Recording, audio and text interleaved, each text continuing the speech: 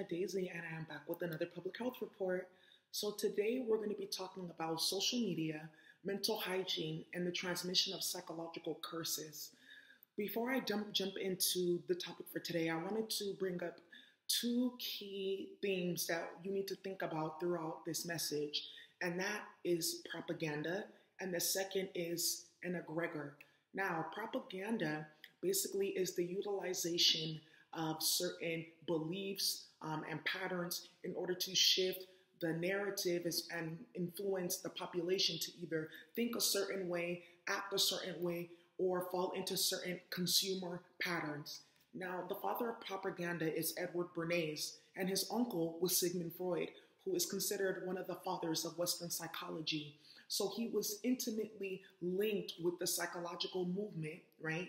Which was generating all this information about psychology and mental illness and what needs to be done to heal that. At the same exact time, they were developing the theories of propaganda and the mechanisms of propaganda that were propping up the economic system, which go hand in hand.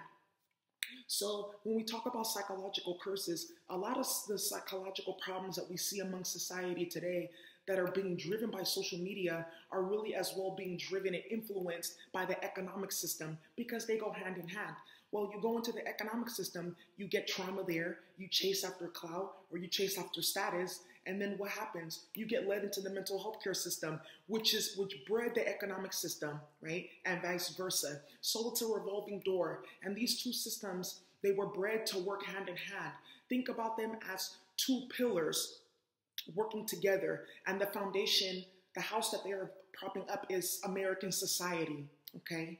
So that's the first thing that you need to understand. Now, another thing that you also need to understand too is an egregor.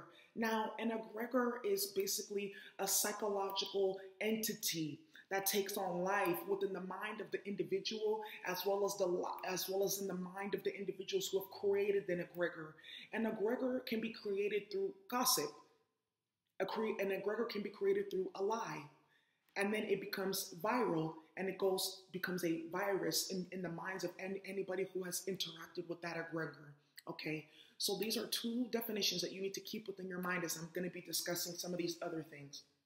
Now, social media is a tool that can be used for either empowerment or for degradation, division, and the creation of conflict.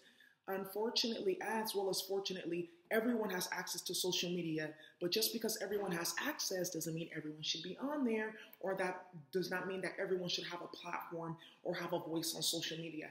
Now, some people may agree. They believe in free speech, but also we have free speech as well here, right? Now, think about Donald Trump. He has free speech, and look at what he incited with his free speech.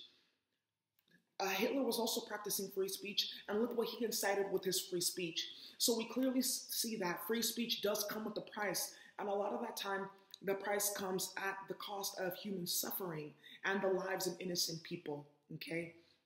Now, unfortunately, individuals are running to social media to have a platform to share their voice, etc., because they are being used in the transmission of these egregors as well as these psychological curses. These different Instagram models or these YouTube prophets or whatever it is, these different influencers, they have a platform, but they don't understand the power behind that platform. They do when it comes to generating income, but not when it comes to the transmission of egregors and psychological curses, right? A lot of these individuals, they're still dealing with generational trauma. And this generational trauma, as well as karma, is manifesting as mental illness and sociopathy and narcissism. And these individuals are not aware. Some of them are aware of what they're doing. Some of them are not aware of the fact that they are being used to transmit certain psychological defects to the public.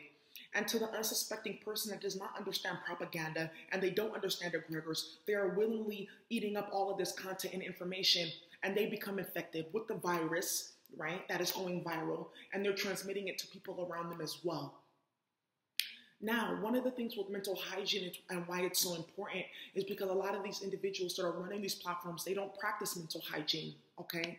And really, in all essence, mental hygiene really is the science of maintaining your mental health to prevent the development of psychosis, neurosis, or other mental health issues. Unfortunately, because of American society, because of generational traumas and historical factors that are still playing out, a lot of individuals, they not only don't practice mental hygiene, they don't believe mental hygiene is for them. And for those who do, even those who are in the mental health field or in the healing field, they still walk around with a lot of generational psychological curses because it goes very deep. So it takes a really strong mind to really sift through the propaganda and sift through the egregors and really get to the heart of really what is being transmitted and what's being said. How much of this is actually pure thought that is being transmitted through these individuals, right? And how much of it is their own confusion and psychological entities that seeks to create confusion amongst the masses, right? And the definitions that I gave with Hitler and Donald Trump are perfect examples.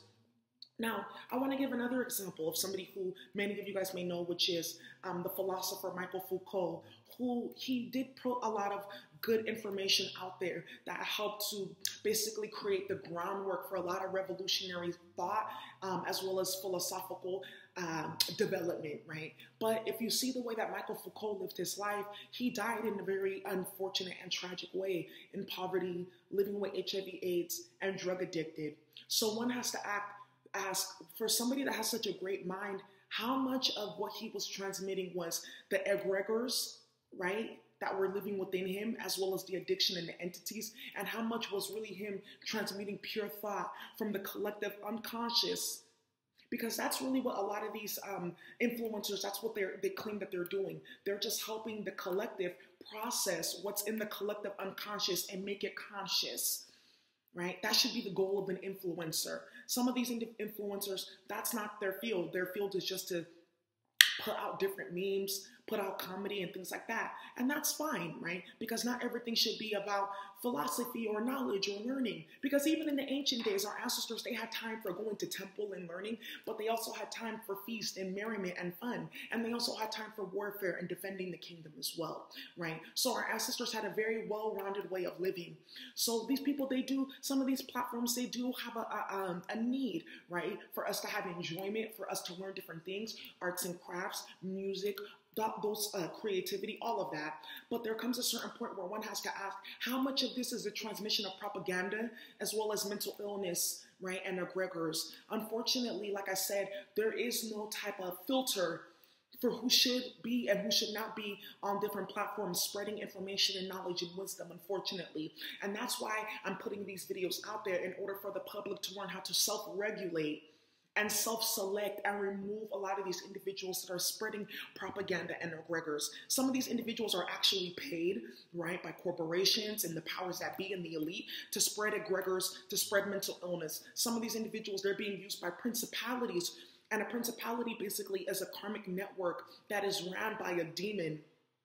And this karmic network has individuals that are put in place that run it on the material realm. But in all actuality, there is a network of demons that are operating in another dimension, and as well as in another star system or another planetary body that is running these individuals to do the bidding of the principalities. And we'll talk more about that in a different channeling. A lot of these influencers are being used from principalities to spread certain information and knowledge and wisdom that's going to confuse the population and the community at large. So you need to know, as an influencer, one who has a platform, what are you putting out into the masses? Because you're responsible for the mental illness that you spread. Is it necessary? Is it correct? And is it helping anybody in the long run? Because you're going to start to see in the days and weeks to come, a lot of these influencers are going to start to get what I call hemmed up by their own ideologies. And another thing too, which is also a problem, is the Facebook, Instagram, and Tumblr activists, individuals who are spreading psychological curses through half-baked theory, which is what we will go into deeper in another channeling. And all of this is really being perpetuated amongst the gender activists, okay, as well as some of these activists who are talking about critical race theory is not real on the other end of that. And all of it needs to be kind of cleared up and flushed out so that individuals are not picking up and transmitting psychological curses to other individuals, okay? So you all, that's what I have for the public health report. I hope you all enjoyed. Thank you for watching.